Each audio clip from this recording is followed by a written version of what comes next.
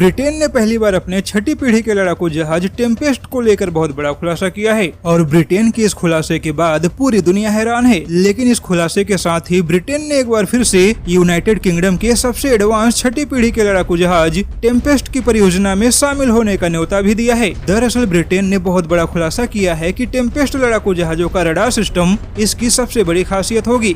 Britain के खुलासे के मुताबिक टेम्पेस्ट लड़ाकू जहाजों में इस्तेमाल होने वाला रडार सिस्टम मौजूदा रूस के सुखोई 30 या फिर अमेरिका के F-16 लड़ाकू जहाजों के रडार सिस्टम के मुकाबले 10,000 गुना ज्यादा एडवांस होगा और यह टेम्पेस्ट लड़ाकू जहाज अपने मल्टीफंक्शन रेडियो फ्रीक्वेंसी सिस्टम से दुश्मन के किसी भी रडार सिस्टम को केवल 1 सेकंड के अंदर ही जैम करने की क्षमता रखेगा। ब्रिटेन ने बहुत बड़ा दावा किया है कि टेम्पेस्ट लड़ाकू जहाजों की टेक्नोलॉजी 5वीं पीढ़ी के लड़ाकू जहाजों के सिस्टम को भी पूरी तरह से अंधा बना देगी, यानी कि दुश्मन का कोई भी रडार सिस्टम या फिर कोई भी लड़ाकू जहाज टेम्पेस्ट लड़ाकू जहाजों की ना तो पहचान कर पाएगा और ना ही ट्रैक कर पाएगा। लेकिन इसी के साथ ब्रिटेन ने दूसरी बार भारत को इस परियोजना में शामिल होने के लिए निमंत्रण भेजा है। दरअसल यह एक बहुत बड़ी परियोजना है और ऐसे में किसी भी एक देश के लिए इस परियोजना का खर्च उठाना बहुत बड़ी चुनौती है। वहीं ब्रिटेन का भी मानना है कि अगर भारत इस परियोजना का हिस्सा बनता है तो भारत सीधे भविष्य की एडवांस लड़ाकू जहाजों में छलांग लगाएगा। ऐसे में कई जानकारों का यह मानना है कि अमेरिका सीधे भारत को अपने 5वीं पीढ़ी के लड़ाकू जहाज नहीं देगा। ऐसे में भारत के पास भविष्य के लिए यूके के टेम्पेस्ट लड़ाकू जहाजों की परियोजना में शामिल होना एक अच्छा विकल्प होगा। वहीं भारत अपने खुद के 5वीं पीढ़ी के लड़ाकू जहाज भी बना रहा है। ऐसे में छठी पीढ़ी के लड़ाकू जहाजों की परियोजना में शामिल होने से भारत को यह फायदा होगा कि लगभग एक ही समय में भारत के पास 5वीं और छठी पीढ़ी के लड़ाकू जहाजों के विकल्प मौजूद होंगे,